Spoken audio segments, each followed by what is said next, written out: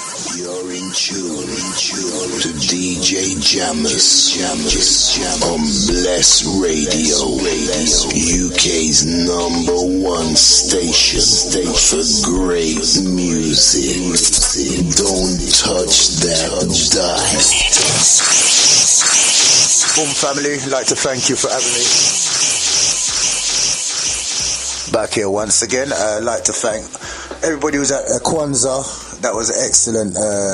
We had a Kwanzaa event, a fabulous turnout once again, and that was at Turnpike Lane, the 26th. Bless Radio in the house, and we had some live performances, Prophet Kwaku, and our holy performances there, and it was an excellent, fabulous occasion. And we're going to be at the Mahat Centre. Bless Radio will be at the Mahat Centre, and that's this New Year's Eve. Once again, we'll be celebrating the Kwanzaa. Yes, well, today once again we have our esteemed guest in the house, Lyndon. Rise up, rise up. Greetings. Listen, greetings and rising up on your mentality and the inner status of the I within. Respect. And today, what part we've been touching all different aspects of identity. Sorry. What are we going to be talking about today? What's your? Well, as usual, we are going to reinforce, certain aspects of identity which we've covered in the last 4 weeks, because it only acts as a reminder and a settler, that people can get comfortable with the word identity. Many people have not fathom that word for quite a long time, and we need feel responsible, that we need to reiterate and say what the basic concept of identity is according to Glass's reality therapy. We will, because everything that we did was based on only one element, which was values and beliefs. I think it is time that we're going to round up today, that we need to reflect on the other 6, just to mention them. And we won't be doing them, because that would take us the whole of next year, I'm sure.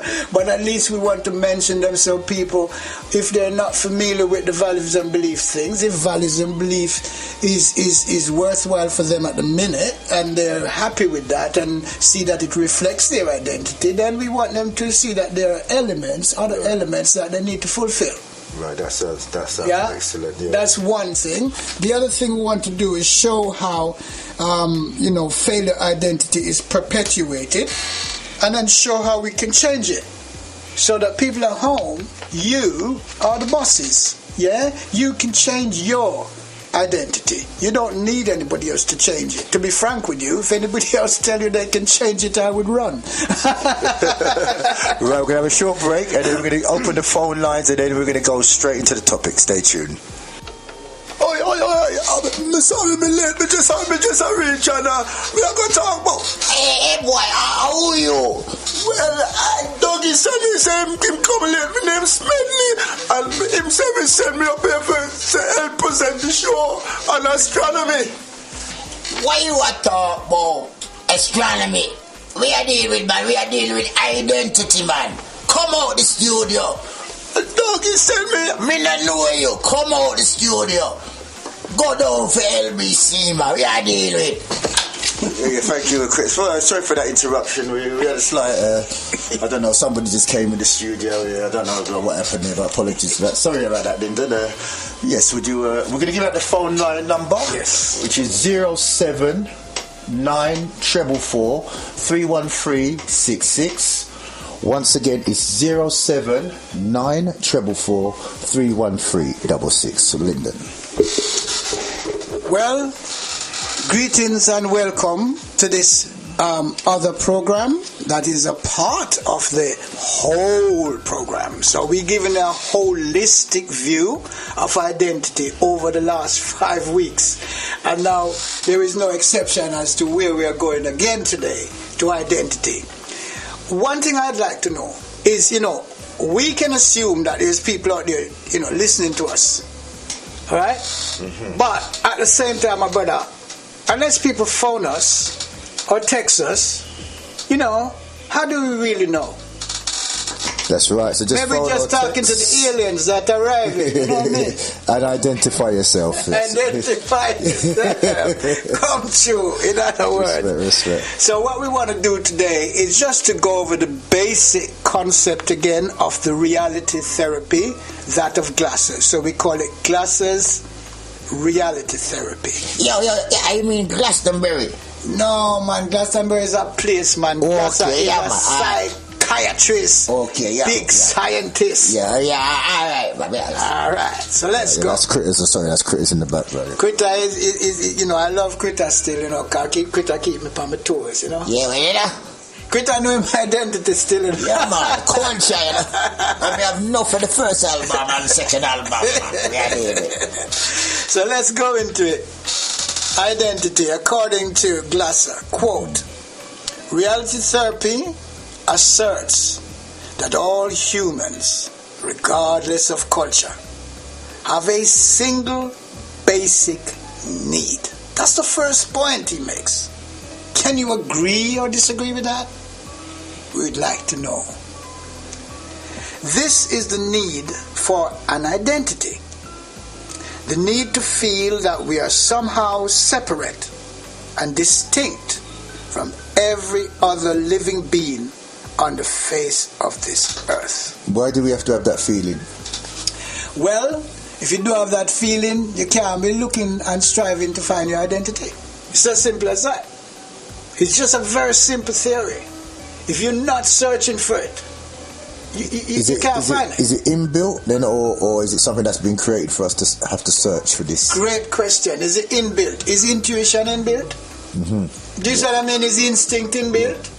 Yeah, for real. I will say that we can say it's neurally connected via consciousness, via our awareness of the I within the self. Yeah, what you mean the Euro trade? Oh, no. No, you see, neural is where the connections come. So if you want to make a fist, you just make it. You don't think about it. All right. Yeah? Yeah, thanks for that. Oh yeah, the brand, Critters, the brandy's in the fridge. Alright, yeah, but big God, no, quit. Don't drink too much of the brandy, you know, Critter. Brandy look like that control the brethren. So, we're going to call you the silent alcoholic. That alright, Critter? Yeah, why be the alcoholic, man? Well, we can identify my limits, you know. Oh, you can identify a limit? Yes, that's man. Cool still, you know, Critter. Four buck and I never see it. 4 buck. My grandmother would have said you have a horse constitution. Right, Critters, yeah, go on, just self for self. So, when Glasser did that, Glasser also gave us some gems, you know, that we have to really look at, the different elements and all of that stuff. But we'll come back to the elements, because if we can just focus on those for the minute, we'll be able to tell you what Glasser says about them. And then you can decide which of these, you know, have anything to do with you. So, under the heading of acquisition, so we acquire all of these elements that I'm about to mention. It says acquisition, formation of identity, and development of responsibility. Right. You said it once again? Right. We have, through a source, 7 sources of identity. 7. According to Glasser's right. reality therapy. Right. Maybe another scientist might come and say we have 1. You know, right. we have to just go with the therapy and the reality that is here. Right. Okay? That is present. Preset. So, if you just join us, we've got inbuilt requirement to identify ourselves with something. Yes. And now you're going to go over the 7. Yeah. And that inbuilt thing while we're here. Yeah. Is something we have to be aware of, be better aware of. Right. Yeah? We might have to rediscover it, to be frank. Because we've always had it. But if we hadn't recognized it until now, You just need to have to rediscover the I within the self. It's the spiritual side of us. So when you're talking about identity, you're not talking about like the cars or the movies that you watch. You're talking about the spiritual side. See, the movies and them thing that is them causing all of this, non-gratification and sort of recognition, non-ideation of identity. How is the movies causing that? Well, it's the same as. Okay, let's just give you one example, and that example is me. Okay, I am a qualified hypnotist. Right. Boy, I better keep my eyes shut. I was going to go and put my wallet somewhere, yeah? Listen, I'm glad you said that because it just brings me straight to the point. Right. As a coach, a holistic coach, teaching people about the I, or spiritual, which dwells within us. Yeah. You're talking about the eyes in front of your head. No. What are you talking about? The letter I represents I. What is spiritually I? It's not a me. Essence, it's not a me. It's an I. Right. Yeah? Because it is first person singular. Right. And me is a pronoun of possession. Right. So we're not talking about possession. We're talking about a gift, a sense. Right. It actually, identity is a sense, my brother. Right, so it's a sense. So yeah. I'm gonna go on back with the language. How the language is putting you in a false identity, but we're still, yes. But what I'm saying is something that we have naturally and holistically. We need to understand it. I'll give you one example. Being psychic. Some people think they are the only ones who are psychic. Or they might refer to a psychic and say, you know what, that person, maybe Jammers or Critter, is a psychic. But that's not necessarily that they are the only ones. Some people would like to think that you and I think that they are the only ones with the power. But no, you have the power. Believe me. You have the power, I have the power, and everyone was born with the power of being a psychic. So everyone is a psychic. Take this word that I'm giving you now. So we don't want people to come around and start telling us, oh, I'm a psychic and the next person isn't. Do not accept that at any time. And I'm going to give you a clear example. Massive. Have you ever thought of someone, mentioned somebody's name to someone, ask about someone, inquire about someone, think about someone, and suddenly there is information about that someone? Perhaps that someone might even be calling you, or you meet them in a place you never expected them to be. That is what you have to think about. And I'm sure you will confirm that you've had this experience and it's worked exactly as I've just described. So, you too are a psychic. What you have to understand is whether or not you're a receiver or you are a giver. You see, you either give reception or you receive reception of being a psychic. So, that is part of your identity. And when you do not acknowledge that, it doesn't go away from you, but it recedes, just like the tide on a beach. If you go to South End before 1 o'clock, the water is way out.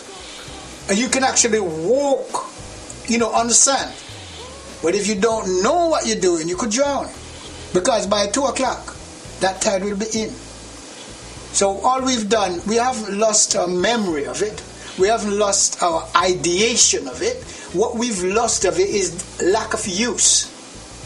And I want to reinforce that by saying, if you knew anyone who had been bedridden, be sick and laying in a bed, can't get up or walk about, and not having any physio, when that person tries to stand up, they just fall over.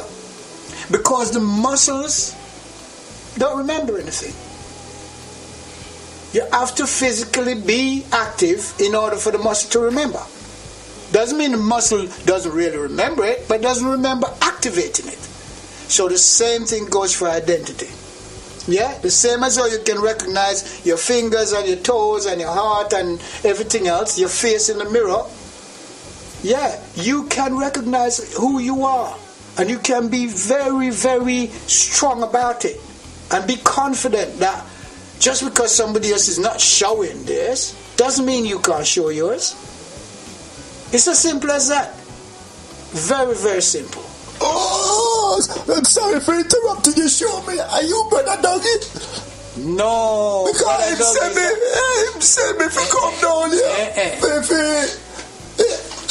Wait, what did I tell you already? Come out of the studio, boy. Before me lick it down and know I'll be able to identify you. Wow. Come out. So sorry, my boss. No problem. Just before earlier on when we were talking together, I was talking about me being a qualified hypnotist. Yes, and I want to still continue that so that... We never hear that because me at the back I drink out the bride. You are hypnotist. Yeah, man. Yeah. You are hypnotized missus, you know. Yeah? Yeah, man. Yeah, where you want to get from her? Why, well, you know? No, me not that I want the virgin. I'm sorry, gentlemen, I just was asked. Sir, can you just go back again? Sorry, Lyndon. Yeah, you know. So it's the same way in which I could literally earn $1,000 per night on the weekend. Wow. To be doing something in the hypnotist world. But what they want me to do, I am not interested in. So I could make you or anybody else believe you're a washing machine or a donkey or anything I want it to be. Right? And they would be laughing and they'd be entertained. There'd be people packed in this place who paid big money to come and see you act like a jackass. Do you see what I'm saying? So we don't really want to do them kind of things there. Because personally, Iman is not interested in making anybody look like a fool. You see? So is a belief system a good or bad thing then? Well, a belief system is what we use for our memory, you know. Because if we don't believe something, let me tell you something, you're not going to remember it. Right. Think about it. Right. I see what you're saying. You see? Yeah. So we have to believe something when we need to believe something. Now that's the difference. Do we need to believe everything that our eyes see, that our ears smell, that our nose smell, our ears actually hear, and we can feel breeze? We don't have to do it. Do we need to do it?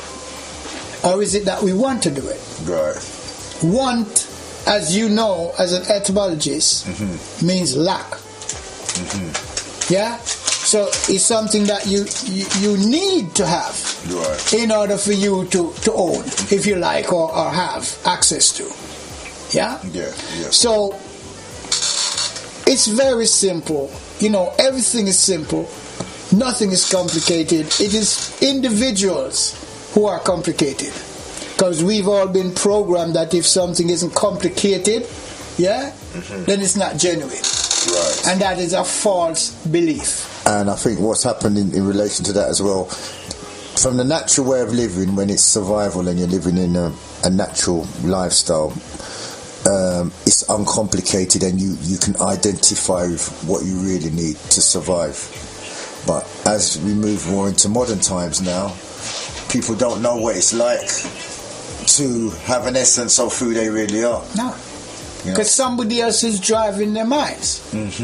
You know, we talked about Freud, the psychoanalyst before, right, in previous program. Right. And what Freud says is that the ego, there's the ego and the id, correct? So he says the id is like a horse and the ego is the rider. Think about that. So the id is the horse.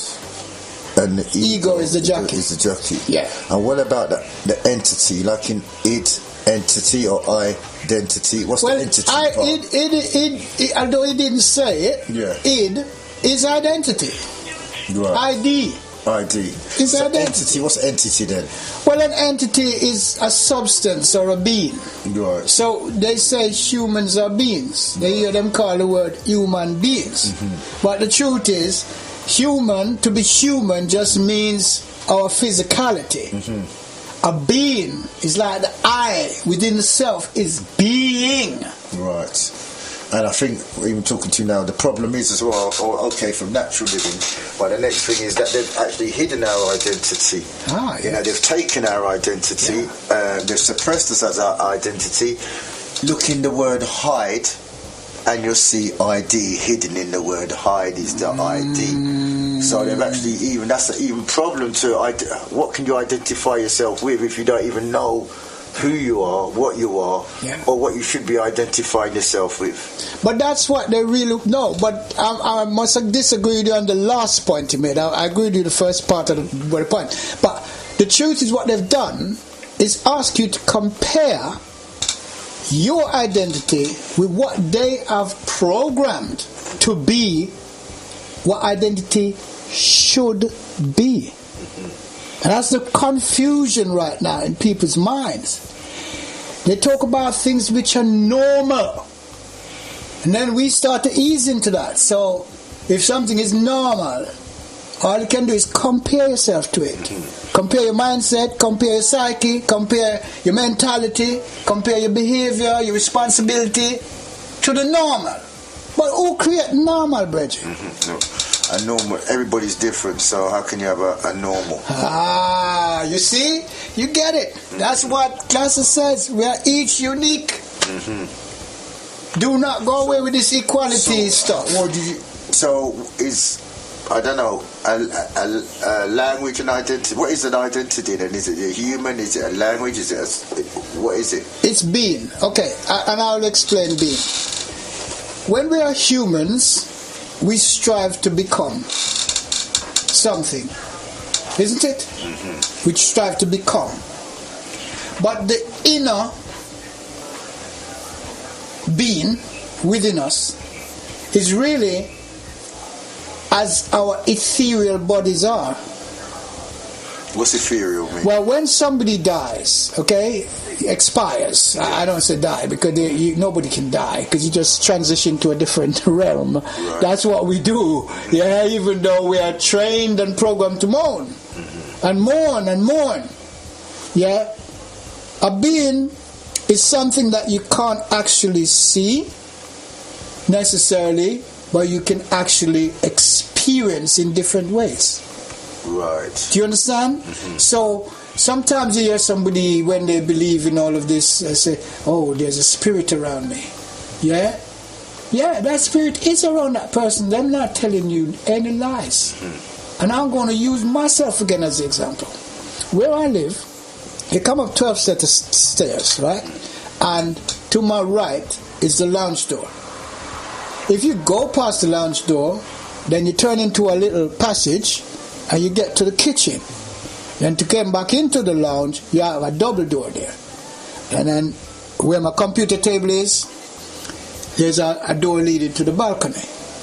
In the kitchen, there's a door leading to it. Now, my old man, before he passed and transitioned, every time he came there, he would turn immediate right up the stairs and come into the lounge. Now, that's a fire door, which is very heavy because it's got metal inside it, and they used to put it on a spring because they didn't want it to come back and maybe mash somebody's finger. And my mother, unlike my dad, would go past the lounge door, that is there, the first door, go in past the passage, go into the kitchen and come through the double door. And oftentimes she would not go through the kitchen door to the balcony, but instead come up to where my computer table is, which is the other end of the room from the double door, and then open that door and go outside. And I want to tell you now, that was when we had wooden doors with glass. Now we have UPV doors, the white plasticky looking thing, and it's got metal underneath it. Now you cannot open a fire door by just pushing it if it's closed. And you cannot push a UPV door without yanking the handle to open it. And yet, my old lady, when she comes, I know it's her, her spirit arrives. Because she's still a being. She's still the I within through her ethereal body. Her ethereal body looks transparent. Because I must tell you something. And my dad, let me just say, my dad, he comes through that fire door. And you have to actually crank the handle to open it. And some people didn't believe me. I don't have a lot of people come to my home. You know, I'm very, very funny geezer. But I took one of my non-biological sons and I told him this. And one day he was there with me. And he jumped when the door opened. Are you saying they're not alive, but they're coming through the door? They're still alive. I'm saying they're still alive. But not physically in human forms alive. And so that's the being. Somebody saw. Yes. Yeah. You understand what I say? Right, I see what you're saying. They're still alive. Okay, so to clarify that, you're saying that where you live, the doors are heavy, all right, but the presences are opening the doors. Opening the doors like they were human beings opening the doors, my brother.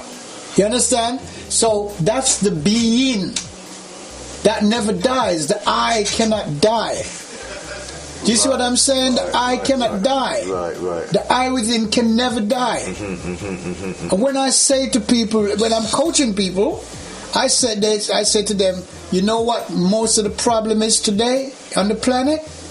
We've been so programmed that we believe that living and life is exactly the same thing. That's a big problem. What's the difference between living and life? Okay, I'm going to give you a demonstration if you'd like to help me.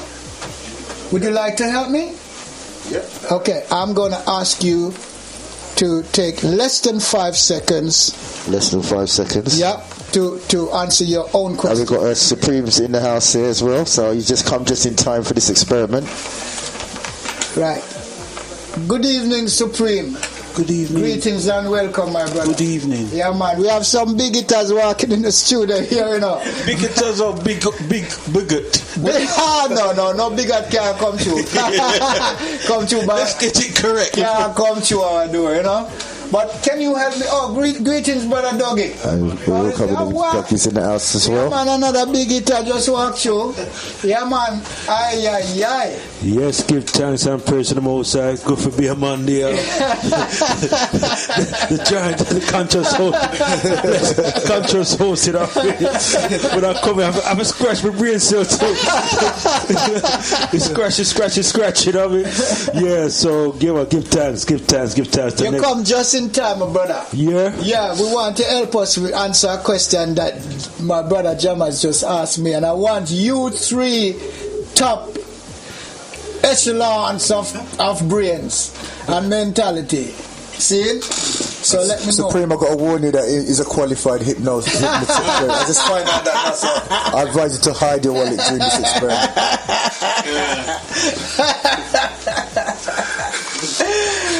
You know, I'm going to say there was a point where my ego was going to kick in and say, I'm not going to be the first to stop. But then I realized I want to live. So I put my ego to the side because ego's not going to kill me.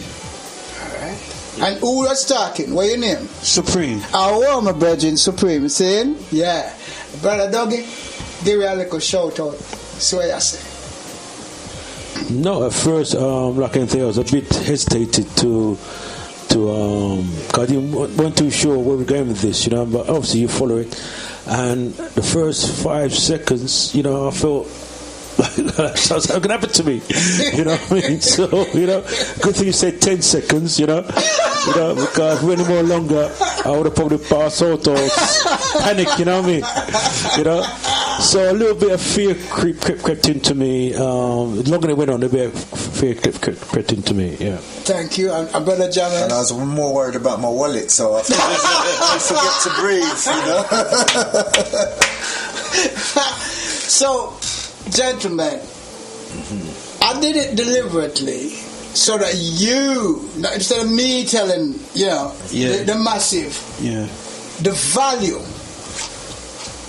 and the identity of what life really is as against what living is.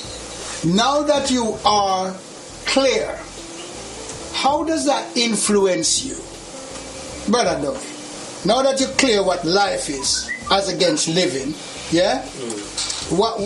How does that impact you, that experience? Well, what comes to mind straight away? Sorry. What comes to me straight away is the value of life. You know. And how did it come to you? Well, by obviously the whole thing about the breathing, it's very important. You know, because the most important thing what people say do for a living is breathe. You know. You know. So I got that from Sandra Hurst many years ago, but doing experience now, just see the importance of the breath. So the breath of life. And so, because the theme is identity, and that's exactly what I was alluding to. How do you see the value of identity? In the context what we just done there? In any form of, because this is just one form of identity. Yeah? But identity as the subject matter that we've been, coursing for 5 weeks now. But identity is... how important is identity? Yeah. Well, the point of identity is... it's a focus, isn't it? It's you. It's you. It's the focus of you. You mean your identity is me? No, it's a focus. So it's all about you. No, but why you keep telling me about me? Me know about me already. Me I talk about you. I wasn't talking about you though. Right? Could you ask me what was put then to me? Yeah. To you, right? To me, yeah. So if you, when you're responding to me, what I'm pressing for is for you to identify the I. Because if you use the first person singular, you're talking about you, right? Back then, about Brother Dougie. When you say you, it could be any one of us. So we just want to be clear today. Yeah, so could you use the first person singular when you refer to yourself? You talk about the I, yeah? Yeah. Okay. So the question that you asked, is the I. Yeah, so you just speak as you did just now. Yeah, Instead of saying you, the word you, can you use I? All right, then. So could the I, well, like I said, the I is the focus of yourself. Well, there's no self, remember. It's what's within. Remember, that is the whole ideation of it. It's about the I within. Because you've been present for all of the shows. See, I'm proving something. And I'm proving it within the studio so it can be broadcast to the massive. So we don't own self. We don't respect self. We don't recognize self. Because self, as far as we can remember, is what the other person thinks of you. All right. Yes? And the other self is the myself. Remember? And then as we went on 2 weeks hence, we talk about me, myself, and I. And the me factor was who people think I am. That is me. The myself is self-explanatory because we're talking about who I think I am. That's myself. And then that only leave the I. So I just wanted to carry it like that so that individuals would over that the self that other people think you are is not necessarily you. And the self that you think you are may have been programmed or inside of you so much so that your values and beliefs, which you believe are your own, you think it's your own. But once you know it's not your own, then it's not, you don't own it no more. So myself is disappeared too. So if there were only two selves, all that's left back out of that philosophy is the I. So that's what I want to bring to you. And how do you see that philosophy? Yes, I'm still true around it. All right, well, go and chew around it. We'll just go to Brother Jammers now. Remember, it's the same questions to you. Basically what I see is that you've got this inner self that wants to survive. No, sorry. don't have any self inside. Intelligence. Yeah, but we've got the I. Let's just go from, I want you to say your words, but I just don't want you to use the word self when you're referring to the I. Please. I have an intelligence cool. that knows how to sustain myself. No, self. See, again, I know a lot of people say this. Some people even refer to the I as the higher self. Remember, we've been through this the whole time when we go and we correcting ourselves, self-correcting. Yeah? Because if we keep using this word self, we'll never find our identity. That's what the point is. There's no self. It doesn't exist. Without it being without pronouns, we wouldn't be talking about self. We wouldn't be owning what somebody think of us as a self. We would not be owning what we think of ourselves, having learned somebody else's values and beliefs. Can you see what I'm saying? So what would you define as, instead of using the word self, what would just the I within, the being that you and I have been talking about. What I see is that there's an intelligence that knows how to sustain existence. Right. And that's the essential requirement. That's right. And it's got the intelligence to do it. But we've been programmed, as you said earlier, to identify with something other than this internal essence that we have. Yeah, that's the point. Right. But you don't have to agree with me. You can disagree, but how can you prove there's no self? Or do you want to believe in self? Because you can't just believe with the I within, as you call it, a self, without believing that myself, remember me, myself, and I. If you clear up me, who me is supposed to be, I say, right, I got dash for that. Yeah? And you clear up who myself based on the values and beliefs, because that's the one point that we've been working on all these weeks, yeah, out of the 7. Yeah? If you dash away those 2, all that's left is what? The I. You know, me, myself, and I was not just something somebody just saying. It was actually a philosophy, so that I and I would over who I am inside, from inside. Like you say, it's an intelligence. But thank you for that. Brother Conscious, Supreme. Yeah, man, come in and give me your experience. Well, you know, is my mic on? Am I on? Can you hear me? Am I loud and clear? Loud and clear. Am I coming through? Yep. Am I here? Am I in the room? Well, you have to Lyndon, you've brought me here. But, you know, I'm also somewhere else, I believe. Well, it can be. You know, you brought a very interesting and very complex, and you bring this thing, and you're bringing me into the matrix of something that even right now I'm thinking, who am I? The first question that came to myself, and I wrote it down because it was just what came out of my head. I thought, who am I? Great question. Where do I belong? Where did I come from? Because you're talking about identity. What am I doing to maintain who I am? And why do I do what I am? Yeah? Yes, sir. And then last of all, I said to myself, well, how can I help others? First of all, how can I help others if I don't know who I am?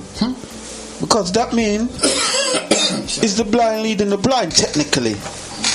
I don't really know where we're going with this, but I'm just telling you my thoughts that as I've come into the studio. Kind of realize me. You know, one thing that sparked off a thought here for me was a lot of people don't know themselves, and a turning point comes in their life when they say they've either got to go on a journey to find themselves. Because you find a lot of people say, "I'm taking time out." Remember the word, they're taking time out. So what were they doing with their time? They're taking time out to get to know themselves.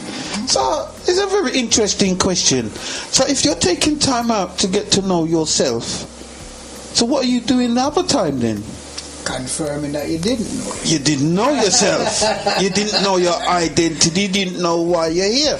But it's very interesting because you started to bring out the psychology of something. All the time. Right? And it's very interesting, and I'm going to bring out, you might know this theory, and I learnt about it the other day. But it's always been in my face. But the problem is, like you said, there are people, what did they say? If you don't have a plan, someone has a plan for you. So majority of the times we're living someone else's plan. Sometimes we get, I don't know, sometimes I feel, why am I getting up to work 9 to 5? Yes. Because the plan says you've got to do it, but could I live out of it? Now there's a theory, I don't know if Brother Lyndon knows this, it's Maslow's theory. Ah, yes. Maslow's theory of motivation. Why we do what we do. And where you are on this theory, I'm gonna, at the bottom of the theory, and this is where they use psychology on you, because the reason why you go to work is because you got bills to pay. Your motivation is because you need food, water. Brother Lyndon, you can step in on this. Got you, man. On the basic, you need to breathe, which you try to take away from us. You need food, you need water, you need sex, and you need sleep. You need, I'm trying to read Take your time, brother. Take your time. I love everything that you say. For me, I need glasses. You need to excrete, they say. Yes. So these are the things you basically, what motivate you, and where you are on Maslow's theory of motivation. And of course, at the top, you've got self-actualization. That's where we're going. You've jumped right through the hoops. That some of us, what I've begun to realise at the age I didn't realise that I was in someone else's plan. And it's only the other day I said, wow, I'm actually just working for a system. But when you realise why you're doing this, you can take yourself out and motivate yourself to do what you do. Me and Brother Dougie was having a conversation earlier, and it's like when we let me see what book you're reading. When we back in the days, we were more based grassroots wise. We were more one. Why? Because we all had the same struggle, so we're more related to each other now. I'm going to have to say that the system brought in a thing called equal opportunities. Bringing in equal opportunities decided, I have a chance to get a job in a system. Once they've given you a job, they control you. Once they control you, they can determine, right, he can only earn 30,000. If he earns 40,000, we'll change his tax code. He's going to buy a house, he's going to have children, and he's going to buy a car. Sorry for straying. It looked like critters look like in one coming. I just say, you know. Don't worry about when we know the body be saying about we need sex. Me know a little place, you know, so check me after the show. Massive, I trust you are listening keenly to these three powerhouses here. Yeah, you know what? I'm getting worried. I think people are going to be losing their identity after this show. I don't think they're going to be losing. I think they're going to be sorting it out. Yeah, you see what I'm saying? And I just want to confirm. Thank you very much, gentlemen, for you're really honest, straightforward, views and about your experience in the studio. We have to coming straight back to it. We have to do these physical things to sometimes convince other people, but more than likely for them to convince themselves. Because all we did in this ideation is that we took one principle, that is being alive. What is it that we never thought about? Because we take so many things for granted. Do you understand? And it is about the difference between life and living. And how important is that to us in the studio right now? How important is it to the people listening, the audience? They must be saying to themselves, wow, we never thought about that before. Or maybe some might say we have. Yes? Some may have asked the question that Brother Supreme asked. He said, imagine it made him ask the question. What was that again? Who am I? Who am I? Right. Perfect.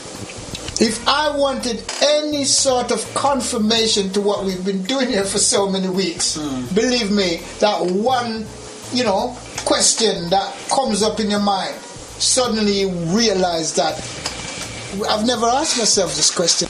I've never asked myself this question before. Or if I have, I haven't really seriously done it, because that we've just been to evaluate and re-evaluate exactly. I'm taking myself for granted, so I'm alive, so what? You understand? So what? What am I doing with my life? Yeah. It's very interesting. Sorry for taking you off track. No, don't be sorry. This is a time of year, right, where we find, even though people are so-called conscious, they know what is right and what is wrong, but they're still drawn into Christmas. So for a while, they know what's right and wrong. They decide they're going to change their identity to join in, to conform, to consume.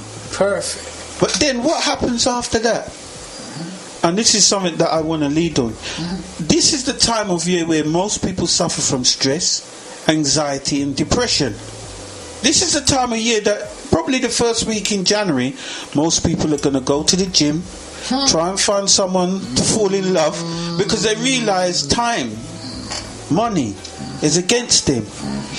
I don't know where I'm going with this. Listen, but the point I'm trying to raise is that I sat down one day, and the most intelligent conversations I've had with quite a few people are the ones who've had a mental breakdown. What the problem is that I find when I've had a conversation with a person with mental breakdown is that they didn't know how to cope with the problem. Yes. And every day they're confronting this problem and they don't know how to deal with it. Now, I said to myself, just look at it, that most of us live our life being automatic. People who have mental breakdown, they are in a manual mode where they're trying to deal with something, but they can't deal with it. So they're having this breakdown. The system will now say, the system used to say, come, we're going to take the hospital and we're going to pump you up with drugs, make you worse. But now the system has now gone into what we call cognitive behavior. Brother Dougie knows about NLP. They realise the power of the mind. The power of the mind. By the way, I'm also a master NLP practitioner. So NLP stands for, we'll tell them, neuro-linguistic programming. Which is very excellent points in this. I'll come to you, Jamas, in 1 second. I just want to say to the massive, I'm totally 100% concurring with all of the comments that we've had. Alright, it's beautiful comments, it's real comments, it's something that probably we never thought about before. So just quickly, if I can just give you a break for 1 second, just go to Brother Jamas. Something that the Prince had sparked me off on. Basically, the most intelligent conversations I've had was with myself, and being in a confined space for such a long period of time. A lot of people don't get the chance to think things through for themselves, because they've got distraction from somewhere else, and in that way you're not able to have a relationship with yourself, because you've got somebody's opinion, somebody's idea, someone's ideology that intercepts your ability to even think for yourself for an extended period of time. And then society gives you the other thing, that if you're talking to yourself or think to yourself, then you're going off your head. So you're not able to have that process. But if you look at most of the successful people, like monks, boxers, even any art that you do is through self-development. Great points again, my word. Yes, listen, it's like you cook some food, you prepare it well and you get the seasoning and everything right, and then when the people come to eat now, them know says Jamas cook it. It's not Supreme, it's not Dougie, it's not me, it's Jamas cooking that. They identify. We have lots of identification traits. So when we're cooking or when we smell food, that's when we decide whether we want food. When we ideate food in our memories of the smell of certain cooking, maybe mommy's cooking or granddad's cooking, nobody can cook like them, right? Nobody at all. So this is part of identity. You recognize if something is burning. Do you recognize it? Yeah. You identify danger. Yeah. Yes, and that triggers your CNS, which is your central nervous system. Yeah. And some people panic. And Fight, some people are relaxed. And if you hear the person say fire, everybody start to run. Because they identify their situation is not safe. Their environment is not safe. I'm just saying there's a problem because people have got like an addictive identification, whereas now they can't, like junk food, wearing a set of clothes, having a set of fashion, where they're having this addictive identification with what's been given to them, and they're not able to identify with what they really need to survive. How do you get past that? Well, you don't actually get past it. As a coach, and if you were my client and you were the person going to Mac Cattle to buy burgers and Mac Turkey to buy, the winged thing, okay, or Murder Burger to go and get a burger, any one of those, as you quite rightly said, is an addiction, right? When somebody is suffering from an addiction, it's not much that anybody else can do about it apart from set them on a new path and a new focus. Yeah. And the only way you can do it is sometimes to let them know the consequences of these things. See, they're not thinking consequences. They're thinking, they're identifying with the brand. You remember we did a brand program and another brand. They're identifying with the brand. So that is what it is. But you see, if you listen to the advert, remember you and I spoke today, Jamas, and I talk about the art of persuasion. Anytime you watch any advert, whether you want to be involved or not, you're fully involved. I think there's one thing though, like for cigarettes or something, where it's going to cause them death or harm, but they can't get past that feed that they've got to, like their body now is as addicted to that. But the thing about it is, when you've got an identification of, I don't know, a power source, then you're able to resist that. I mean, if it's your birthright or you're fighting, a cause which is life or death. But sorry to interrupt you. You just said a word that's magic. You say, resist. See, they have no resistance. An addict has no resistance. Whether it's drugs, whether it's food as the drug. Let me rephrase that. Whether it's food as the drug. Because that is really what's happening to those people going out and buying Mac Cattle and stuff like that. Yeah? Food as the drug. Everything is that we are addicted to is a drug. Because it gives us a particular high. And everybody's searching for a high. And so, you're quite right to bring this up. They cannot identify with the I within themselves, spiritually. They cannot do it. And when I say spiritually, I'm not talking about a religion thing, right? I'm talking about from within, the I within the self. That is the spiritual side of us. That's the being. Yes?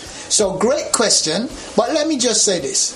Unfortunately, those people who are doing those things are depressed. So we have to think about depression and think about help them to refocus. Because the same way as how you just mentioned about the addiction, people are looking at solutions, the food solution right now. And the food solution is not about diet, because that's what that is. Die. And you as a ethnologist will say that the word die is in the word of diet. And et meaning and in Latin. Et is and die. Eat this and die. That's what a diet really is. And it's never helped anybody yet. That's what makes the diet industry so fantastically abundant. Yes? But let's get back to the point you were making before I go over to Brother Dougie. I need to answer your question. So we have to be better aware that anyone who is addicted to anything is totally depressed. There is something in their living. The Supreme wants to come in. Yeah, no, we're going to go to Brother Dougie. We're going to go to Brother Dougie next. No. I'm running this thing tonight, Bridget. He never tell you. Yeah, man. If Critter come in here, him can't go set him for you.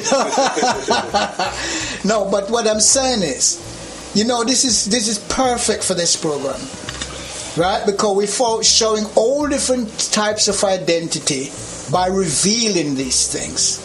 Somebody who is on, let's say, cocaine. You hear the tune say cocaine is in my brain? Yeah, yes. It's not a lie. They're actually telling you that their psyche has been overcompensated with the drug. So much so that it has become what is termed a phobia.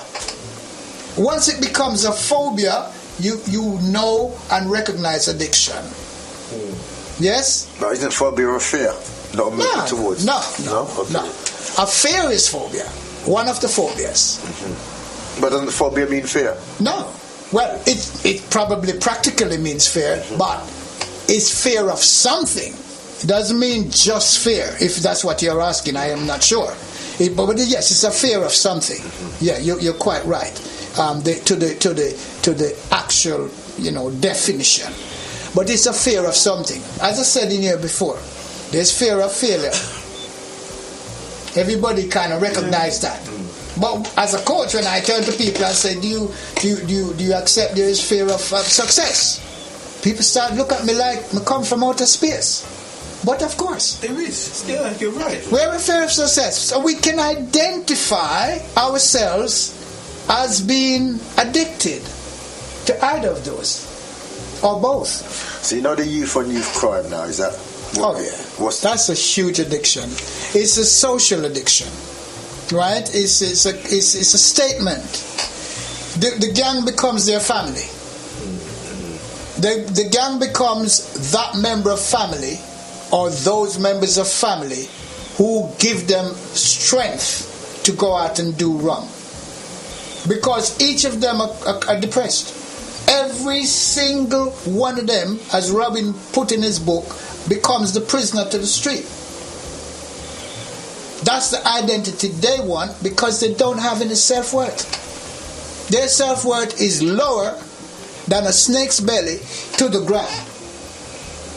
Brother Dougie, please, some comments. No, I just want. I'm just observing. No, let's. Yeah, but you're not a student, Benji. Yeah, but let's free. She's a comment. Let's a free. Yeah, but my brother, if you want to run the show yourself, my brother, today your own show, then go ahead. But if you ask me to do it, my brother, I'm going to do it in my way. Mm-hmm. And we have 3 powerhouses in here. We hear from 2. Well, why you're from you? No, let's keep going. Yeah, but one thing I'm telling you, my brother. You see, for me, everything is about balance, yeah? Mm. And this is about your comment is just as important. And the people are waiting to hear from you, brother Dougie. So, if me I direct the program, and me I produce the program, then when me point to you, my brother, me not see you give up. You know what I mean? Me can't give up on me inside. No, seriously, brother Dougie. No, all right, Supreme. All right, well, Massive, can't help me. Don't get quitter. You know what? One of the things about when we have a debate or a reason or a discussion or a conversation, sometimes we listen until we feel passionate about the point to come in. But anyway, but no, Lyndon, because boy, it's like me and you on the same, and I really look up to you because you touch on when Jammers spoke about addiction. What I see addiction as, why people come addicted to something, because they're trying to escape from that problem. So if there's a problem, let's say, oh boy, all of a sudden you get a phone call, you reach for the packet of cigarettes, you start smoking, you get that nicotine, you it's like a relief. You like your anxiety, you're dealing with your anxiety and you're dealing with, let me escape for a while. You might up it, you might have some weed, you might up it again and you might have some heroin and get your eye, but I see addiction as escaping from something. It's an escapism. You want to escape. Yeah, absolutely. So it now becomes when anytime there's any form of depression, anxiety, you reach. It could even be your tablets. Of course. Your Prozac. Yes, it's whatever the doctor. It's happening. Oh, you right know now. Oh, some people take their addiction before the problem because they All know the time. I don't want All the that time. feeling. Yes. I don't want to feel low. Fear of that feeling. Yeah. As Brother Jamas did say, phobia means fear. It's fear of something. Yeah. I'm coming, Brother Dougie. Yeah. Sorry.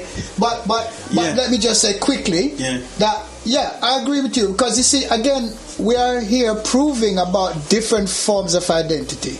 Yeah? And it starts with the I within self. They, an addict does not recognize the I within. The I is nothing to the, far away from it. All the addict wants is to recognize what other people say they are, and also who they think of themselves based on the, values and beliefs that they believe is there. Sorry, can I just jump to Brother Dougie and I'll come back to you? Let's take it from a different angle now, cause I've been listening, and you talk about addiction, right? Now, what's the biggest force in life, right? The biggest force in life is it's just slip me for a minute ago. Pain and pleasure, right? The biggest force in life is pain and pleasure. Really? Now, the question you ask yourself, right? Why is it most people run from pain to pleasure? Right? That's where you got to understand why people take cocaine, crack. Well, Amy White has a typical example. She's in a lot of pain, right? A lot of challenge in life. What she does? Use a mask, the drugs and everything as a mask to cover up the pain. Drew's best. Brilliant footballer. Talented, right? But when the football was finished, the biggest buzz he had was drinking. Thank you, man. Right? Yes. Paul Gascoigne. Yes. Yes. You see, height of his career, doing all kind of things. When football finished, got depressed, right? And start drink, right? The biggest force in life is pain and pleasure. That's where you can understand why people indulge in things. Right, when they finish their career, they just indulge in things like drinking and smoking because it's the buzz they get from there in the high. Because don't forget, also, right, as a celebrity or as a celebrity, right, you're loved by millions of people. Yes. When that done, though, right, nobody will love you again. You see what I'm saying? Yeah. So you're always chasing that kind of buzz. You understand what I'm saying? Yes, my brother. Right? Yes, my brother. Come Right? true. So it's very important to understand that, the biggest force in life is pain and pleasure. Accurate. Yeah? Accurate, my brother. 100%. The reason why people smoke, the reason why people drink, because when they feel good. It's just simple. They want to feel good. The reason why people want to rave and jump on the place and everything, I'm not fighting you, but because they want to feel good. Yes. But some people do excessive because there's a mask they cut up as well. Yeah. See? Brilliant, my brother. So that was worth waiting on, my brother. Yeah. I tell you, it was more than worth waiting on. Can I just say this? I really am telling the massive, listen, we're having a conversation in here, and it is really and truly ramping up all the works we put in over the weeks, 4 or 5 weeks, and right now we're just bringing you other bits that you may find familiar. Yes, even if it's not happening to you, you may know about somebody else who's going through what we are explaining here. Yeah, it's all about psychology, every single bit of it. And can I just comment on this pain and pleasure? Many years ago, I went to the Excel Centre to see this great big coach called Tony Robbins. Yeah, and the brother, that's who Les Brown and them man they mix up with, right? The brother was so powerful that he said to us at the beginning, right, that he's going to convince us that we are going to know that we're strong enough, to walk on hot fire cold with our bare feet. Now when you look around, you see the thousands of people, I say, what this man I say? It don't make no sense. But for guys like me, you know what, when I heard it, I said, yeah, I know I can do it. You see? So right away, I identify that I am capable of doing it. Do you understand? When the time came for us to do it, he asked us to take off all our shoes, right? And it was winter. It was cold outside, walking on that tarmac, walking down towards the fire. When we start to the fire, I said, well, if I roasted soul, I got there, you know. Then I have to go ahead and forget them soul burn out, you know. But at the same time, me I hold my thing and say, my focus. Now it's about 12 yards to walk on this cold, and at the other end you have some man with some hose with some water in case something catch up on your foot. I want to tell you, I did it 5 times straight, again and again, yeah, totally again and again. You hear me? And do you know something? I can honestly tell you that my feet did not touch the fire. But let me say, Got you. Because I've been on the Anthony Robbins, but I went on a different angle. Okay. You know, because it's at the time my missus, because I started flirting with Anthony Robbins and this is some of his tapes and his books up, but I didn't know much about him. And when she said he's coming over, she goes, we need to go and see him. But when I went there, I was like a little pussycat, because I mean, you see, people talk about firework. I said, what firework? You know what I mean? But anyway, the way he psych you up, and you know, you just like a machine, you just go through it. But you know what's interesting, right? That there's been cases where someone's done the firework, got cookie with it, but they never psyched themselves up properly, literally burnt themselves. Yeah. That's why it's very important. Yeah. To listen. Yeah, there's been cases. Because I tell you something, when you're there, he programs you from 10 o'clock right through to about 8 o'clock. Literally, you're there for a program thing. He gets you feel strong, and he just gets you, it's a different ball game. And when I done that, right, and don't forget, I saw Les Brown within 2 or 3 weeks. My belief system went straight through the roof. You know, it's not many people who see Les Brown and Andy Robbins. So I was on a buzz. Yeah. I was like a mad person. Yes. If you know me them time, I was just a buzz. Yeah. Just a talk and something could do. You know, but it took me a little while to realize that I mean what I really want to do in my life, because I was going in a circle, just going here and there. You know, but I mean, I can identify with your thing with Anthony Robbins, because I mean, that church changed my life. I'm not telling a lie. That changed me. Good stuff. Totally. And there's a bit in it. The other thing about the digging, the other thing they call the digging process. Yeah. Right? We'll actually get you in the room. The room is take the room down. Yeah. It's in a dark room. Yeah. And that's where you start digging. Anything you got in a personal thing, you have grievance, that's gonna come out. You're gonna bottle, that's gonna come out, Dread. Because he really deals with that. But I tell you something, right? I tell how powerful Anthony is, right? How powerful. This something it took me a little while to put this up, right? When I was there, there was a case where he said this, right? He said that, can I pause you there, Brother Dougie? I'm giving me that on the other side, because I need to come back straight to you. Could you hold that for me? Well, I do. I'm coming. I know you do, but is it possible for you to just hold on to that, so that the people who are listening, you know, they're hanging on, waiting to hear the rest of what? Yeah. Please. Yeah. Thank you. So got caller. Yes, sweet. Hello, everyone. How's everyone doing? Hi, Edison. Hi, good. Good to hear you. The phone lines have been overwhelmingly blocked. We've got the technician just sorted it out, so good to hear from you. I know you've been trying to get through. Excellent, I have. I've been listening to a fantastic show. Good. Everyone is adding some great stuff. You know, when everyone comes like that, you're not sure what to say, where to start. You know? Well, I lost my identity half the way through, so that's why you didn't hear nothing from me. Exactly, I don't know where to start. Just start from where you want to start, my brother. Yeah, well, Lyndon was saying some stuff, Supreme was saying some stuff, Dougie was saying some stuff. The Jammers, you're the only one who, as they say, you lost your identity, so I understand. Chris is drowning his sorrows on the brandy. Oh God, but no, it's been great. A lot of stuff has come up, and when I think it was when Lyndon was talking about depression and how everyone's suffering from what we call an idea or an image that they have of themselves. Right. Because depression is really based on everyone's trying to build this fantastic image of who they are. When they look at themselves in their mind, they've got this, they've got that, they've got this, and they've got that.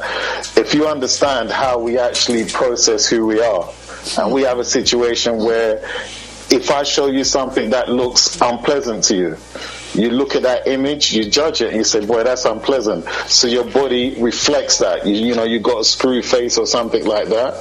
So imagine an idea of who you are running in your mind all the time. So you got a situation where often most people don't like the storyline that they're in. They kind of want more going on. So how do you get out of that scenario then? You know? Well, the thing is, as they say if your world is bad, change your world. Beautiful. But if your world is bad, how can you change your world if your world is bad? Well, the thing is, the world is basically what you see outside and what you believe to be true.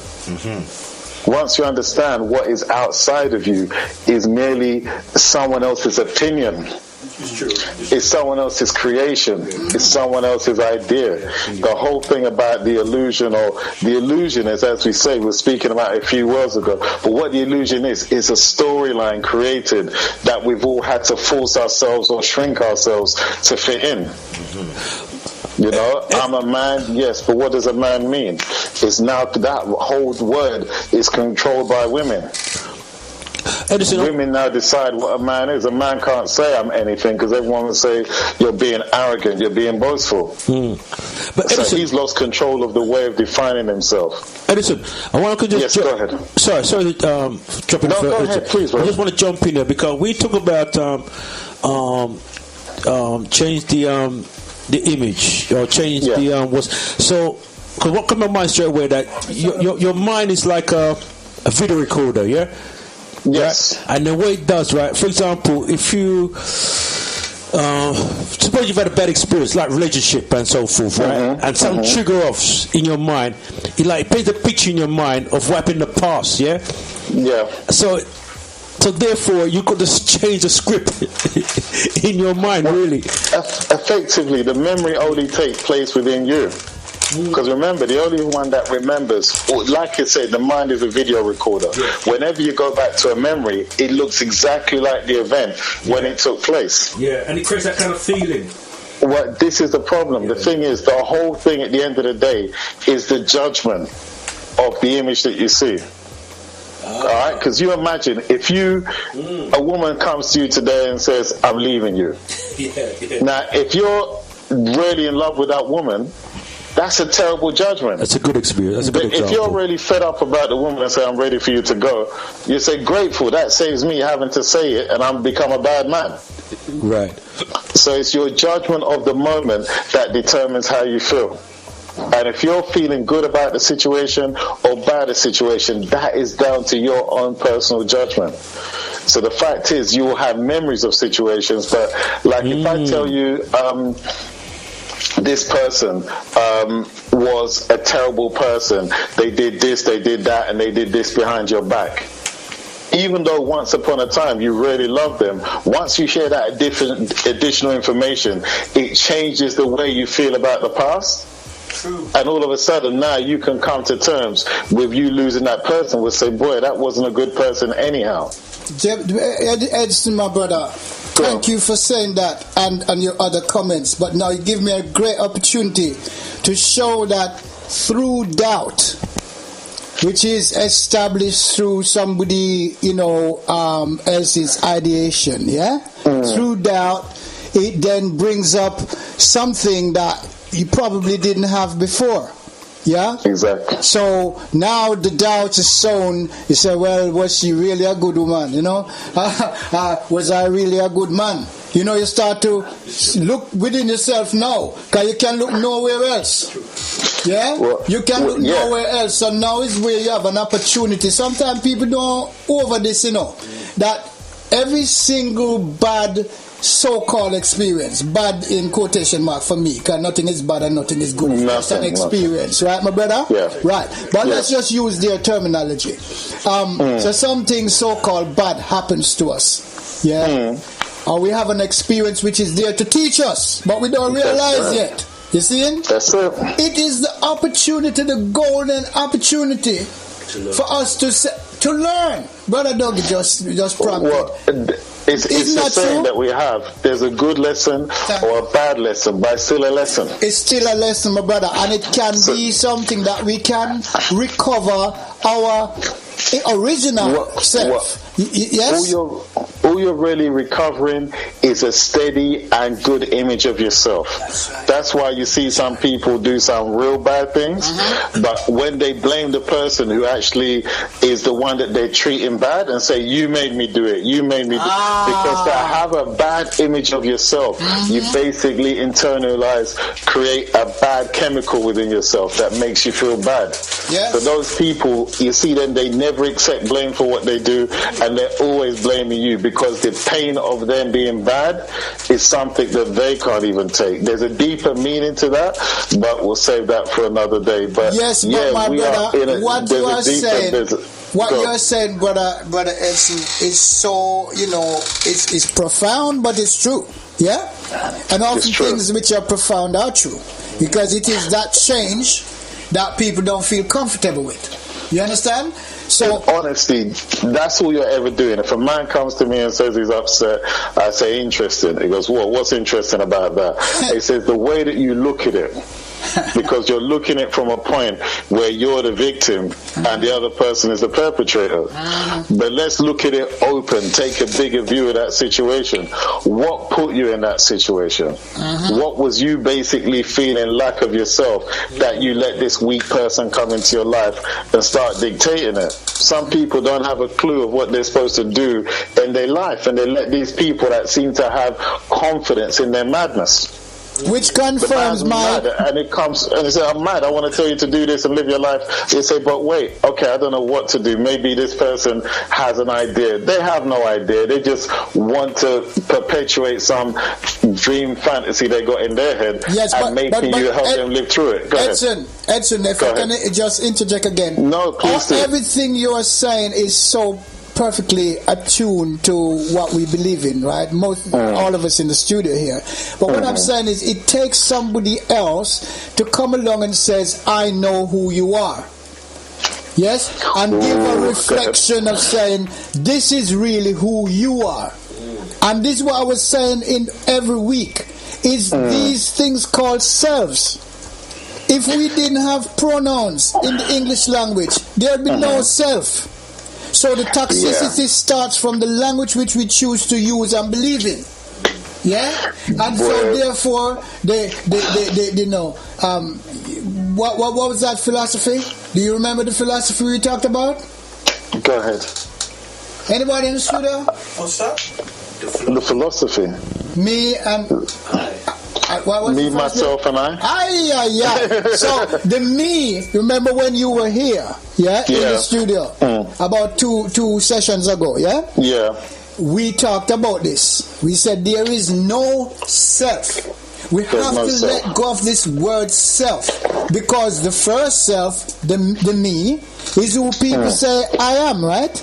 Yeah, and the other one is myself, which is self-explanatory, which is I believe through other people's values and beliefs, which I believe to be my own. Thank you. Yes, and so if we discard those two, all that's left is the I. The I is you. The rest is what you've created or choose to believe is a version of you. Crucial. When you say self, you're talking about the shelf that someone's put your mind on to make you believe that you are now that person and that identity. So therefore, you can't jump off that shelf to actually be your original I. Because the I, as soon as they say I and they say am, that's the am is what some label that someone else is going to give you. Because you're not the am. You're the I. You're the first individual spirit that creates the creation of everything else. But, that is a hard concept, because, again, at the end of the day, we're starting to get away from the only religion you're supposed to follow is yourself. If you follow any other religion, that's you giving your power away for someone to dictate to you how you should behave, because you don't know how. A child doesn't know how to behave and waiting for an adult to come and tell them or misguide them or whatever. But as soon as the child finds themselves, they become angry or they want to start challenging people. But we're in a society that breaks you down. So when that kid is 13, 14 and start to disagree with school, tell the teacher, boy, you're not correct just because you're in a correct position. And they want to now enforce their own thinking on the situation, but quickly the society and everyone grabs around them and pulls them down and tells them, gives them, forgive me if anyone's religious, but the first thing, as soon as you challenge religion, they've been given a set term of phrases. You're a heathen, you're a this, you're a blasphemy, all these different terms, in order to give you a feeling that makes you put yourself down. Yeah, if someone says, I remember someone said to me, I'm the Antichrist. I said, thank you very much. They looked at me and I said, why? I even wrote a post on Facebook to say, I am the Antichrist. And they're sitting there going, how could you say that? I said, because the name Christ has had billions of people killed. I'm against such an idea. Yes, my brother. So, listen, you know what, the language then, how do you bypass the language? Because every word that you use is somebody else's definition of this is it. Every word that you use is a description given to you by somebody else. Okay, in the classes that I teach, or I'm due to teach, or what have you, the main thing that we want to go into is getting everyone to speak their own innate language. It makes no sense that we're born with our individual DNA, individual ideas, individual feelings, individual blood, but we all speak the same language. Does that make sense? Well, we're all speaking someone else's version, and if all of us speak it, that person who's now created that language controls how we express ourselves within ourselves. So the way to actually realize that all the language you speak is a language selection or election of, you're always thinking what's the right thing to say, and trying to find the right English to describe the images that you see in your mind. Sorry for going on, but you're thinking pictures. Yeah. This is why I said, if you've got the wrong image of yourself, you are depressed. You're actually bringing a depression within yourself. You're putting internal pressure within yourself, because the image of who you see outside is not glorious. It's not good. It's not what the society tells you that you should be. So therefore, when someone says I always say the position of king and queen and all those have already been taken. All you can be is a subject. Edson, can I just ask a question here? Go ahead, please. I hear what you say. One of the major things for me, and I pointed out to my brother Dougie earlier on when he was responding to a question that I asked him. And he's not the only one. I used to do it, and I see everybody does it. And as a coach, I'm telling you, I hear it every single time. Go ahead. How individuals, oftentimes when they're speaking about who they are, start to refer to themselves as you. Do you understand what I'm saying, my brother? I understand. Do you see what I'm saying? I just want to make that point clear, because that is somebody not overstanding or understanding what their identity really is. They've got another version of themselves that they're talking about. Exactly. Yeah. 100%. The thing is, identity, we kind of said, Jammers broke it down to me where it says idea, and entity. An entity is your spirit. So it's the spiritual idea of yourself. You've now created this external concept of yourself, which is now what you're trying to build up. So you see these people, when they say you, I always ask a person who you are, and they say, I don't know who I am, I know what I have. Did you hear? I want you to say that again. Say that again, please, Ed. Yes, people don't know who they are. They know what they have. Thank and you. they know what they like, but Thank they you. don't know who they are. Thank you. So when I challenge them and say, "Who are you?" they say, "Oh well, I have this, I have that, and I like this and I like that." What does the word "have" signify? It signifies that you have a belonging, a belief, or something external to yourself, Ownership. which means that you don't have it. You don't own it. You don't own anything. Right, but they are saying that when they use the word "have," isn't it? That's what they're saying. They have something actually belongs to them. Right. Your house, the government can come tomorrow and say, sorry, you haven't paid your mortgage or your council tax, we're going to take your house.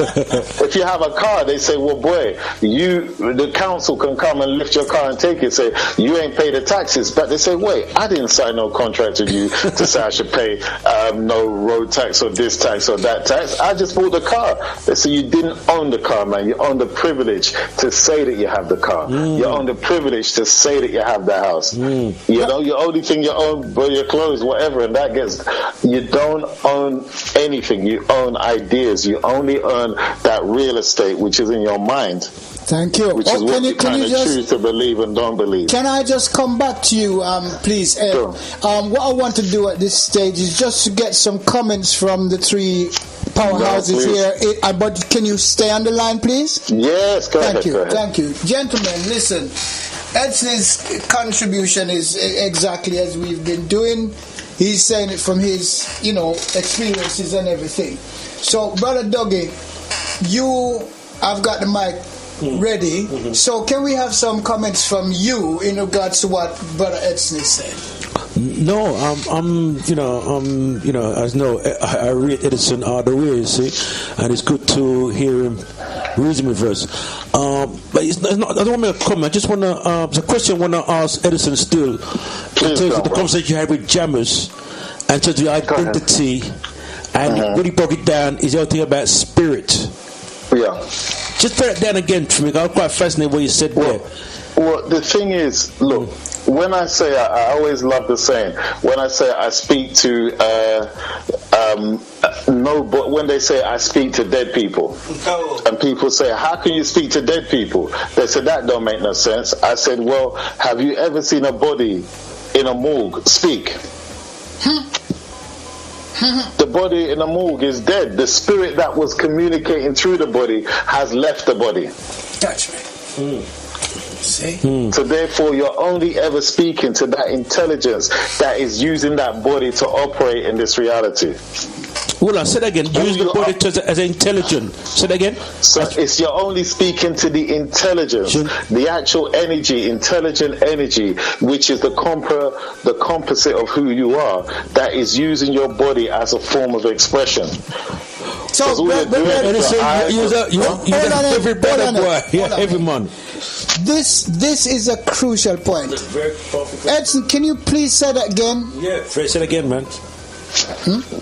Which one? No, same thing about the intelligence. The last bit. No, just the last bit. About the dead people and the spirit, if you like, that has left the body. This is it. Once the spirit has left your body, essentially you can look on a corpse and see that the entity that was emanating that spirit has emanated that body is no longer within the body. You look at a corpse and you can feel that there's no energy coming from it. So stop there for a minute. Just before I bring in Jammers, because listen, man, the man is bursting in the studio, you know, Bridget. I'm telling you, you don't know what you're causing right here. I hope it's stirring up the massive as well. So let me just first of all reiterate what you just said, because we've talked about this earlier on with Jammers. Remember we were talking about the ethereal body. Oh, yeah. The ethereal body is what you are referring to, correct? The ethereal body, I don't know the terms for it because the thing is, all right. So the spiritual being, then. The spiritual being, go on. The spiritual being is an ethereal body. Okay, cool. All right, because I can say this, and I will say to you and the massive in a minute. My own experience of being dead, okay? But I'm just going to run a cut straight to Jammers now, please. Yeah, I'd just like to bounce on that. Basically, when you look at the science of ancient Kemet, this is what we was about. We was about developing our spiritual side, not the appearance. And even by the basic of the sound of the letter A, which represented the bull, the R, which is, so basically we use the power of the breath, which is what the spirituals mean. That's right. Breath, to control our power. You know, so it was about controlling our internal power, basically using the power of breathing, and basically using the ball to symbolize that by your breathing you can develop your resistance, your intensity, and your repetition, and that is your way of acquiring knowledge. If you look at how they use the education system, it's intensity. Any time to acquire a high level of art is through your intensity, repetition, and resistance. So basically, the ancient science was as a way of developing our spiritual inner essence. The B represents the body. So when the air hits the body, that's the first sign of creation, and you can control your body power as well by how you stand and how you move and how you're breathing and how your body and then how you carry yourself. You put the feeling beyond the word of the man-made word, because the man-made word is just a definition. It's not the reality of who you are. So you want to bring strength into, which is not a language, it's a feeling. So any action you want to bring, it's a feeling. It's beyond the word of the definition, not the human beings made. So you can do that, and that's what the ancient science was about. It was about our spiritual side and not our appearance. So let me ask this question of Jammers straight away, please. I'm going to come straight back to you. I'm going to come back. Sorry, my virgin. Yeah? I'm going to come straight back to you. Because he said something. I know, and I would really want to hear what you say. I'm just got to quickly say to Jammers here. So, Jammers, if I ask you this question now, could you please answer me? So what I hear you clearly say is that you've identified with the information you get via Kemet. Can you discuss? I'm just saying that every word is taking us away from who we are, because firstly, the English language is not the English language. It's phonetics. It's an African language. So they've taken away our way of identifying ourselves with the sounds and the symbols, and they've put their own custom symbols and definitions on the language. So basically the problem is now, any word we use like black is metaphysics for burning, man doesn't take you nowhere. So any definition that you use, African is a piece of land, it's not a power that you can use. It's not like a toolbox. Like if you say I'm Superman, then you know you can fly. If you say you're a bee, you know you can sting. But when you say you're black, there's nothing you can use to do anything with it. So you have to go beyond these words that they've given you. Go back to the ancient Kemet. Find out, as Addison says, find our feelings, and then using that, bring it into reality. Edison? Yeah, no, in truth, I have to be honest, everyone. Me and Jammies have had quite a lot of extensive conversations regarding this thing. And hopefully in due course, all of that stuff comes out. But even with the letter A, because we broke down that A is it's the first breath. If you actually look at the letter itself, it's a pyramid. And when you turn it upside down, it symbolises it's a the pyramid as well. like that. It's the ox's head, so it symbolises the strength and the power as well when you turn it around. Exactly, but again, what we're trying to really define is, we realize that what we broke down, there's a book where it had all the different letters, all the different frequencies that go with these letters, all the different elements that actually start and connected to these letters, and which part of your body is affected when you start off with a certain letter. This is a serious science which these guys have been using in order to control us and calm us down and put us in certain situations. If they want to flame us, they choose the right letter to start the word with. If they want to calm us down or subdue us, they do this as well. So when we're speaking someone else's language, we're in their metaphysical spell book. We're literally each time shutting down our spirit each time we use one of their words. And we're not aware of it because we were brought up deaf, dumb, and blind to who we actually were. Edison. The spirit that is actually being used is the thing that they actually blocked off as soon as they gave you images and gave you the words to describe the images, that shut down your ability to actually reason. Okay, Ed, let me just jump in here before the break. Sure. Thank you for your comment. I need to ask you a question or two, but I just want to reiterate what you've said, and Jammers, and yeah. I'm quoting from my research, okay? And this is called Intelligence Reframed. So we all identify with our intelligence or the elements of intelligence that we think or know we have. Would you agree with that? I say that in the sense that, all right, if a man convinced you that you're a cow when you're a dog, you believe you're a cow, not a dog. They believed us that we are something else other than what we are. So our intelligence is based on the exams, on the qualifications, on what someone has defined as who we are. Because you could have a man, I love him. You'll get a man who speaks very simply, as in Yardi or one of those guys. I love the Jamaican guys in the sense that you'll go there and you'll see a man who will speak culturally correct to him. You talk about me, yes, but you make me up respect, boy. But the Englishman will turn around and say he's dumb because he's speaking in his language, not in English. But that man will skin you alive if you go anywhere near. His intelligence is not shown in the words that he uses. His intelligence is a separate spirit that is something operating within himself. It's not based on the way in which he expresses himself in another person's language. But would you agree? From a scientific level, that in the universe, in its omnipotence, via omniscience, in this omnipresence in itself is all our minds together, separately or together, is intelligence. It's one body with many cells. Thank you. So that was my point. My point is now I'm going to quote a piece of research because I brought them here to share with you. I'm quoting Howard Gardner in his Intelligence Reframed. Okay, and this is to do with our identity. Do we recognize our intelligence? That is really my question. I want to put that to everyone. Do we recognize our intelligence? Ed has put his spin on it, what he thinks it is, and I want to read this. They said we already, quote, we already can know a great deal about individuals, and we are learning even more from genetics, psychology, and other behavioral and biological sciences.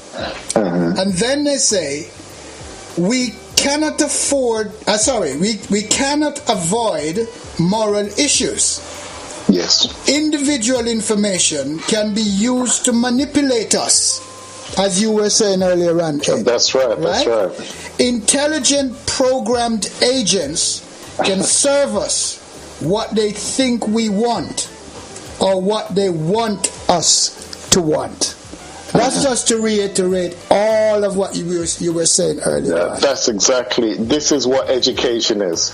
It's an intelligence program that has been inserted and uploaded in the children's mind to have them look at the world the way that they want to look at them. You know where they say we wear glasses to help us see?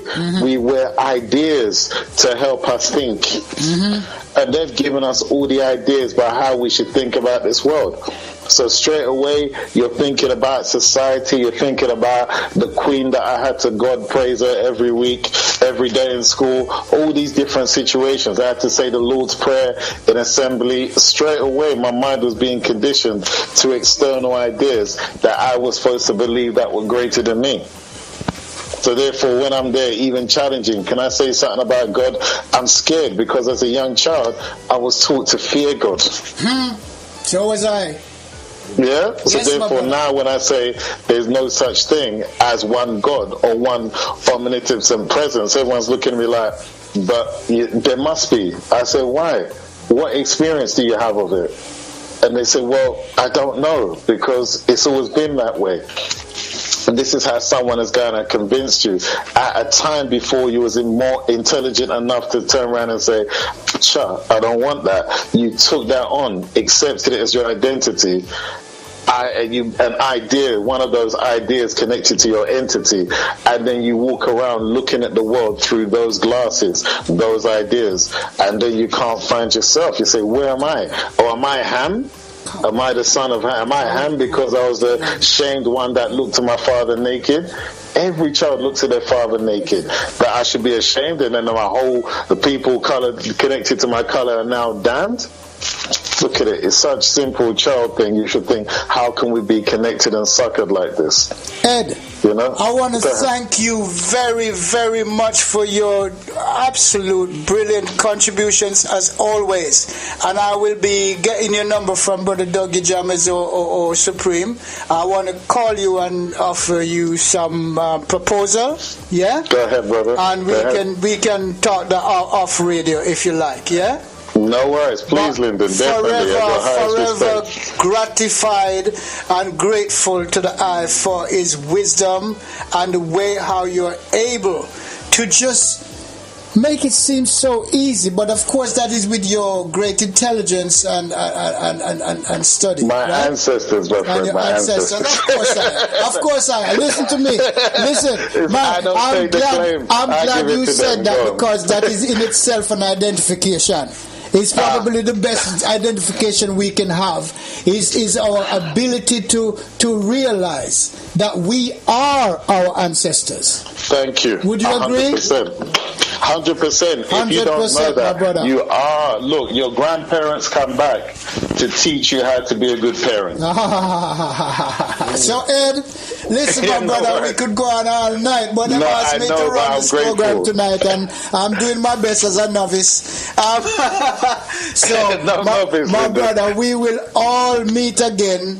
As you know, definitely. We have yourself as a power broker, and we will always be together, my brother, because we are looking at things, delivering it from different perspectives and experiences, and it makes the show much richer for your contribution. Thank you, my brother. Thank you. Thank you, Lyndon. Thank you, Jammer. Thank you, Supreme, and thank you, Dougie, of course. All right, I'll catch you all very soon. Thank you, my brother. Thank you. Once again, just like to give out the number. It's 079 444 before we have the break. So it's 079 444 313 66. Once again, 079 be slow, Jammers. 079 444 313 66. I'm just getting worked up myself. 079 444 313 66. So tonight we're highlighting that are we facing a new Holocaust by our concentration, like we put ourselves in the wrong concentration camp through this false identification.